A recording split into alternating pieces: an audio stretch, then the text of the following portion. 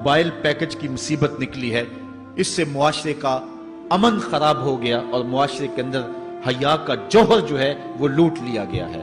اپنی نسلوں کی حفاظت کریں، ان کے ہاتھوں سے جو ہے وہ ناول چھینیں اور ان کے ہاتھوں سے جو ہے وہ اس طرح کی مخرب اخلاق سیڈیز چھین لیں اور ان کے ہاتھوں میں اللہ کا قرآن دیں اور رسول کریم علیہ السلام کی احادیث تھمائیں اور ان کو راہ حق کا مسافر بنائیں۔ یہ ذمہ داری ہے والدین کی۔ کل قیامت کے دن ایک عورت 4 مردوں کو جہنم میں لے جائے گی۔ عرض کیا گیا وہ کیسے؟ فرمایا ایک عورت کو حکم ہوگا جہنم کا تو وہ عرض کرے گی مالک میرے باپ کو بلایا جائے۔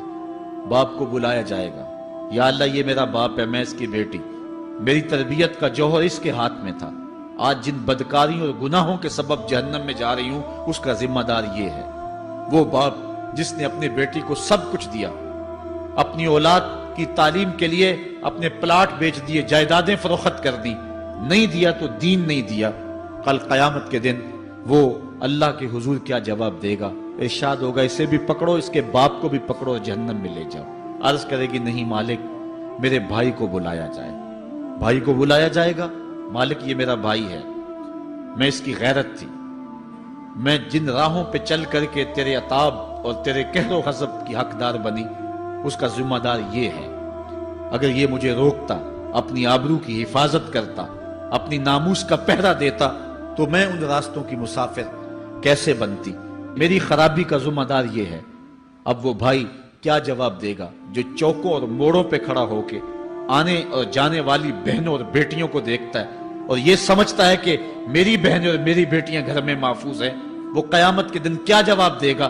ارشاد ہوگا اسے بھی پکڑو، اس کے باپ کو بھی پکڑو، بھائی کو بھی پکڑو، جہنم میں لے جاؤ۔ عرض کرے گی نہیں مالک میرے شوہر کو بھی بلایا جائے۔ بلایا جائے گا، مالک یہ میرا شوہر ہے اور میں اس کی بیوی، میری تربیت کا جوہر ماں باپ کے بعد اس کے ہاتھ میں تھا اور اس کے پاس طلاق کی دھمکی ایسی چیز تھی، مجھے جو چاہتا منواتا اور جس انداز میں ڈھالنا چاہتا مجھے ڈھال لیتا، لیکن اس نے مجھے کبھی راہ حق کی طرف نہیں بلایا تھا۔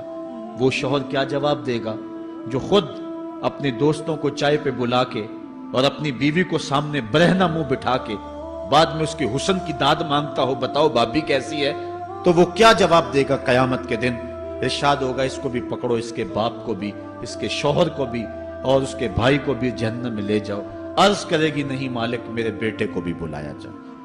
بیٹے کو بلایا جائے گا، مالک یہ میرا بیٹا ہے، میں اس کی ماں ہوں، میرے سینے میں اس کے لیے تڑپتی ہوئی ممتا تو نے رکھی تھی، یہ روٹ جاتا تو زندگی اجاڑ ہو جاتی، جو بھی چاہتا ضد کر کے منوا لیتا، مجھے کسی کے گھر کے برتن بھی مانجنے پڑے تو میں نے اس سے بھی گریز نہیں کیا، اس کی ہر فرمائش کو پورا کیا، اپنا زیور بیچ کے اس کی تعلیم مکمل کروائی۔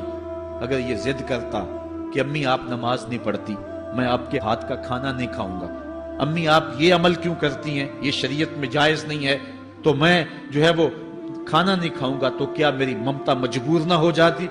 اس نے ساری زندگی کیا مجھے اس کے بارے میں کوئی کہا تھا، نیکی کی طرف بلایا تھا، بدی سے روکا تھا؟